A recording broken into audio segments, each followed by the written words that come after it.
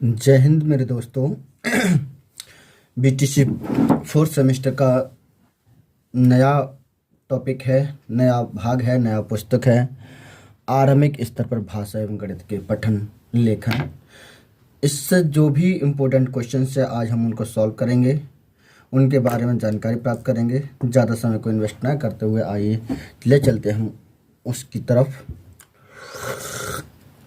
ये कह रहे हैं कि उत्पत्ति की दृष्टि से शब्द के प्रकार होते हैं, 3 प्रकार के होते हैं: तत्सम, तद्भव और देशी।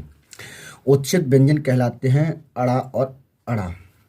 मुझ जिससे बैठा नहीं जाता भाववाच्य का अर्थ है। कौन सा वाच्य है? तो भाववाच्य अर्थ है। श्वास के आधार पर व्यंजनों का वर्गीकरण होता है: अव्यप्राण और महाप्राण, अल्पप्राण और महाप्राण। तरंग शब्द का पर्यायवाची तरंगमिश घोड़ा होता है। देवनागरी लिपि होती है। देवनागरी लिपि होती है तो हिंदी, संस्कृत और मराठी में होती है। देवनागरी लिपि किसमें होती है? हिंदी, संस्कृत और मराठी में। शुद्ध वर्तनी युक्त शब्द हैं अंत्याक्षरी। सोच समझकर खर्च करने वाले को कहा जाता है मितव्यापी, मितव्ययी। उपकार का विलोम है अपकार। 3 अंकों की सबसे पहली संख्या होती है 100। वसन शब्द का अर्थ है कपड़ा। लेखन एक शारीरिक क्रिया है जिसमें बालकों के हाथों की गतिविधियां करनी पड़ती हैं। यह कथन है मांटेसरी का। सा वर्ण का उच्चारण है मूर्धा। वर्ण कितने प्रकार के होते हैं? 2।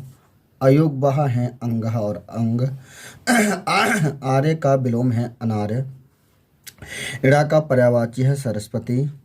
गुण्य को जिस राशि से गुना किया जाता है उसको हम गुणक कहा जाता है। मोर शब्द का समानार्थी है सिखी। गणित की मुख्य संक्रियाएं हैं 4। मूल स्वर हैं आ ई उ। पार्श्विक वर्ण हैं ला। पठन भाषा शिक्षण का रूप है व्यवहारिक। लोकगीत से आप क्या समझते हैं? इसका मुख्य उद्देश्य है कि उसी क्षेत्र में प्रचलित भाषा में रचे गए गीतों से है। ये लोकगीत उस क्षेत्र विशेष की सभ्यता या संस्कृति की अभिव्यक्ति करते हैं। जो कजरी, जोहर, चैती, लंगुरिया आदि लोकगीत की प्रसिद्ध शैलियां हैं। ये लोकगीत शास्त्रीय नियमों का पालन न करके मनुष्य उसे अपनी तर्ज के आधार पर व्यक्त करता है, वही लोकगीत कहलाते हैं। अर्थ के आधार पर वाक्य के भेद। अर्थ के आधार पर वाक्य के भेद।